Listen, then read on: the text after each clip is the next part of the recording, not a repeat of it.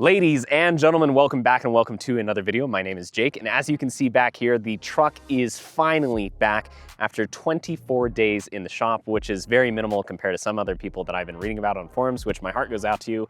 I feel so bad for you. I can't imagine going any longer without your truck.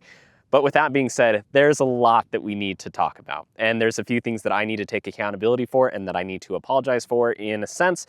And yeah, we're gonna get into that. So what happened to my truck? What caused all of the issues? The short and sweet of it is the sensors. The sensors are what caused an issue. So as you can see, the truck is paint matched, or in this case, it is wrap matched, which means in order for us to get that effect, I had to remove the front bumper, rear bumper, my fender flares, as well as my mirrors to blast off a textured coating that's similar to Rhino lining that these trucks come with from factory to then put paint on them so that we could apply a wrap to it. So what happened there is the paint shop, they were the ones that disassembled my front bumper, my rear bumper, fender flares, and my mirrors to blast off that coating to paint match it. And there were 3 sensors that weren't fully plugged back in, which happened to be my passenger mirror, something to do with my rear bumper, and the tailgate. And the dealership claims that that is what caused the short and everything to cascade from there within the truck. So you're probably saying to yourself, well, in the last video you said that the paint shop wasn't to be held responsible, nor the wrap shop. And yes, I still stand by that, and I'm gonna explain here in a second why that is. The wrap shop only wrapped my truck. They did not disassemble anything, they did not touch anything as far as disassembly or reassembly is concerned. So they are not to be held responsible for that. The paint shop, however, did do that. The paint shop, though, has worked on many of my vehicles in the past, my old Ram included, which was paint matched and the front and rear bumpers were disassembled. A very similar process. That paint shop has also disassembled and reassembled to paint match cars ranging from anything to a Honda to $1 million Ferrari, and a lot of those cars that he's worked on, I know personally and have seen at car shows, and they have 0 issues whatsoever. So let me clarify and state that, yes, I'm taking accountability for originally saying that I don't believe the paint or the wrap shop is responsible. Now, the dealership is claiming that the paint shop is responsible, but like I said, I don't think they are. So I truly believe, and I'm gonna stand on this unless anybody can prove me wrong in the comments. Like I said, I'm not an engineer, but I did talk to a few engineers, and they said that it is possible that those 3 somewhat disconnected sensors could have caused all that, but it shouldn't. That's why fuses exist. That's why all the electrical components and safety features and all of that is built in. So if something happens in one place, it doesn't affect the rest of the truck or the rest of the electronics or anything like that. That is what it's supposed to do. And I don't understand it fully. I can't explain it to you or anything like that. But talking to my friends who are engineers, 3 of them, one who used to work for Dodge and now works for Hyundai, and another one who is finishing his engineering degree, explained that's not how it should work and it shouldn't be possible that way. But just because of how all of these new vehicles are and how everything's just plugged in together and all the electronics and everything, it is possible. So I really don't have anyone to blame but myself and technically the paint shop. But like I said, I still don't think it's the paint shop's fault. I still think it is a Ram issue. Reason being is because the day that I was originally supposed to go pick up this truck, the dealership was receiving their very first RHO. And guess what? That RHO, both the batteries on it with 17 miles on the odometer, were both completely dead. The main battery was dead and the auxiliary battery was dead. Now, they replaced both the batteries while I was there. I was watching essentially the whole entire process. And guess what? With replaced batteries, both main and auxiliary, the truck still didn't start up. So, is it gonna have to go through the same process like my truck? I don't know. I've reached out to my technician to see if he can provide me with any new information on that truck and what's happening in particular to it or what's going on with it, because I'd be very curious to see. Now, C-Tech Reviews, he's one of the best people that I've seen do reviews and videos and updates on everything in regards to this truck. And I've been watching a lot of his content. And his content in particular is to why I picked up the RHO.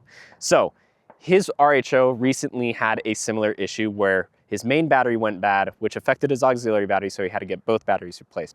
And his has been fine since that. Now, a Facebook group member recently reached out to me and said, hey, my truck just ran into a similar issue where the electronic gear shift assembly was not being recognized. Same thing, they had to replace both his batteries, and luckily for him, his code ended up going away. But I think there is some type of electronic or wiring issue or battery issue or something. I don't know what the exact issue is or if there are issues, but that's what leads me to believe with everything that I've read, everything that I've heard, everyone that I've spoken to, that this is a Ram issue in particular, not because I got my truck paint match and not because of the sensors. At least it shouldn't be from the sensors. Now, like I said, it is possible, but it shouldn't be possible. So before we wrap this video up, I want to go through everything that the dealership did and everything that they talked about. Like I said, I have the report right here. And if you're curious to read the report yourself, they detailed it and wrote it out as much as they possibly could. I will put all of those photos up right now, and you can pause and read each and every single one of them if you want. I'll try and put them in order. But that was their report and their summary. So what all did they replace? What all did they do? Well, they first started replacing by both my main and auxiliary battery.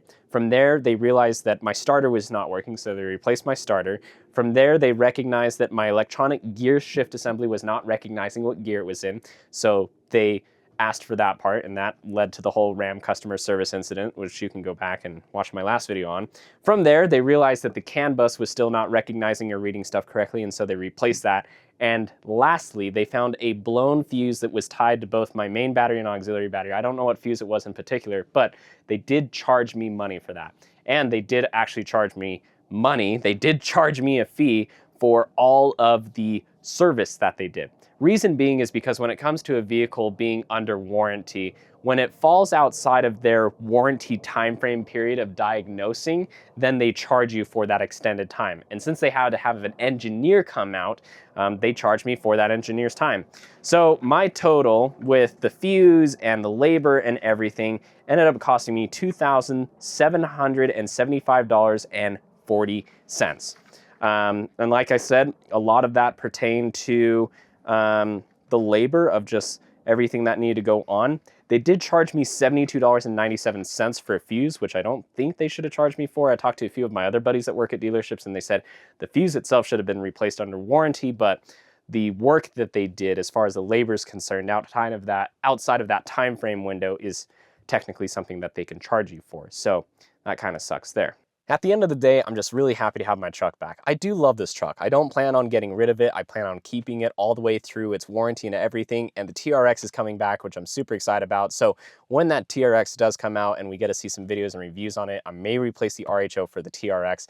The RHO is a fantastic and great truck. The inline six is fantastic. We're actually off-roading today. I took it out to what's called Pelican Point, and we're on top of this mountain right here, kind of overlooking everything and going through some different trails. And the road to get up here, which I'll show you in a future video, which is an off-roading video with the RHO, was pretty crazy to get up here, and I was very impressed with how this truck handled it very easily. Wasn't really ever worried or concerned about it, and it's done a fantastic and great job. So with all that being said, I'm happy with the truck, going to be keeping the truck, going to be continue uploading videos and all sorts of stuff about the truck, and continuing providing you with ownership updates and whatnot. We've already put 700 miles on it since we got it back from the dealership, and all has been great and grand since then. And I know for a fact that it's just going to be smooth sailing from here. And yeah, wishing you all the best. Thank you so much for stopping by and watching the video. Greatly appreciate it. If you haven't already, make sure to like, share, subscribe, and comment. And if you stayed all the way through the video, you're extra awesome, as you always know. Once again, thank you all so much. Make sure to live life on the edge. Stay safe out there. We'll see you all in the next one. Take care.